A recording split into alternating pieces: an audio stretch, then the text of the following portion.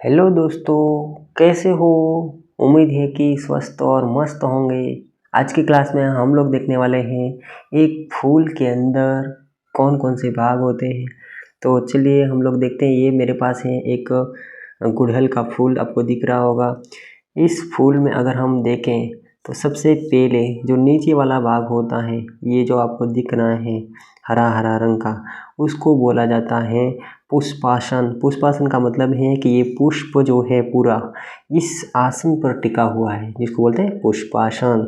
इसके जस्ट ऊपर देंगे कि ये छोटे छोटे आपको यहाँ पर रोम के जैसी संरचना दिख रही होगी, जिनको बोला जाता है परिदल।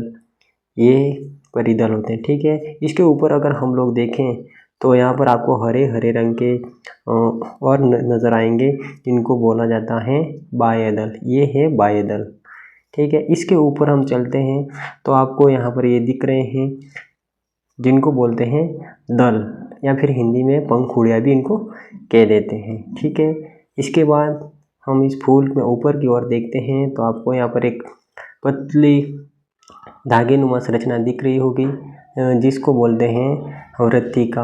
और इस वृत्तिका के ऊपर छोटे छोटे रोम के आकार पे असंख्य पुंकेसर होते हैं। इसके बाद अगर हम इसके ऊपर देखें, सबसे ऊपर ही ऊपर, तो यहाँ पर आपको नज़र आएगा कि यहाँ पर जो है वृत्तिका ग्रह डार्क कलर में आपको नज़र आ जाएगा। आपको बताऊँ मैं यहाँ पे, तो ये डार्क रंग के जो नज़र आ रहे हैं, जिनको बोला जाता है वृत्तिका ग्रह। ये जो पीले पीले रंग के जो डॉट डॉट नज़र आ रहे हैं असंख्य, और इनके जो नीचे जो धागे नुमा संरचना है, ये पूरा एक पुंकेसर कहलाता है। जैसे मान लो अपन देख लें एक पुंकेसर ये रहा।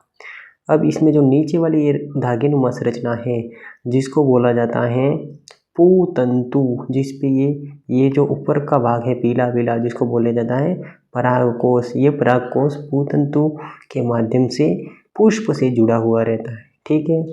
फिर जब परागकोश के अंदर ये जो पीले रंग के दिख रहे हैं, उसमें परागकण होते हैं।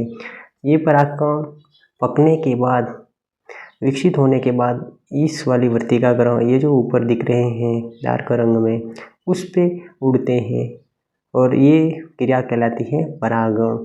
जब ये परागकण इस वृत्तिका ग्रह पर पहुँचेंगे तो फिर यहाँ पे कुछ समय रहने के बाद इनका अंकुरण होगा, और फिर ये धीरे धीरे धीरे परागनली विकसित होगी।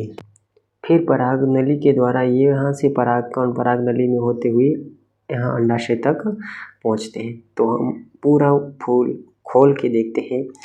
सबसे पहले मैं इन परिदल को हटा लेता हूँ, ये छोटे छोटे परिदल है। इसके बाद मैं बाह्य दल को हटा लेता हूँ, ये जो हरे रंग के हैं। ये मैंने बाह्य दल हटा ली। इसके बाद ये जो है उनको हटा लेता हूँ, दल को हटा लेता हूँ। ये दल मैंने हटा लिए। अब ये हमारे पास आ गया है, ये अंडाशय है, ये वृत्तिका है, ये वृत्तिका ग्रह है। जब यहाँ से परागकोश से परागकण वृत्तिका ग्रह पर पहुँचेंगे, फिर इनके बाद वृत्तिका ग्रह पर परागकण का अंकुरण होगा। फिर यहाँ एक परागनली विकसित होगी, जिनको मैं आपको खोल के बताता हूँ।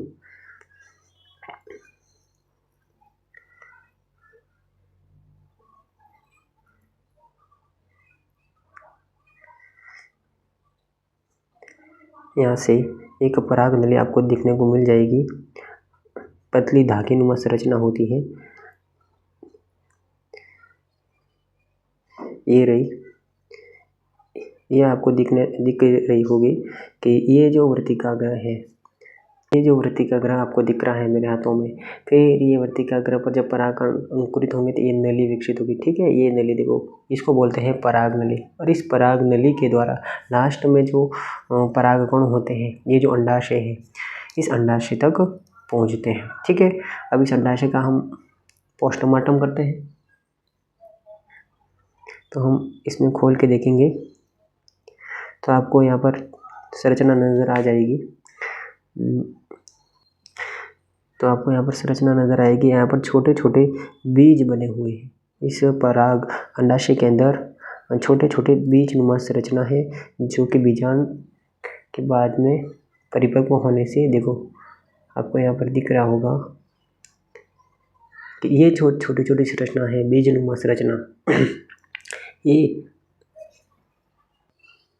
ये जो बीजनुमा संरचना आपको यहाँ नज़र आ रही है, ये जो गुड़हल का फूल है इसमें परागण की क्रिया संपन्न हो चुकी है। और जब परागकण की क्रिया संपन्न हो जाती है, तो इसके बाद यहाँ उस बीज अंडाशय में जो बीजाणु होता है धीरे धीरे बीज में बदलना शुरू हो जाता है। ठीक है, तो इसमें आपको दिख रहा होगा ये इस प्रकार के बीज बनते हैं। तो इस प्रकार से हम लोगों ने देखा कि एक जो फूल होता है उस फूल के अंदर कौन कौन से भाग होते हैं, कौन कौन से कार्य होते हैं और लास्ट में बीज का निर्माण कैसे होता है। अगली क्लास में नए इन्फॉर्मेटिव वीडियो के साथ मिलेंगे, तब तक के लिए धन्यवाद।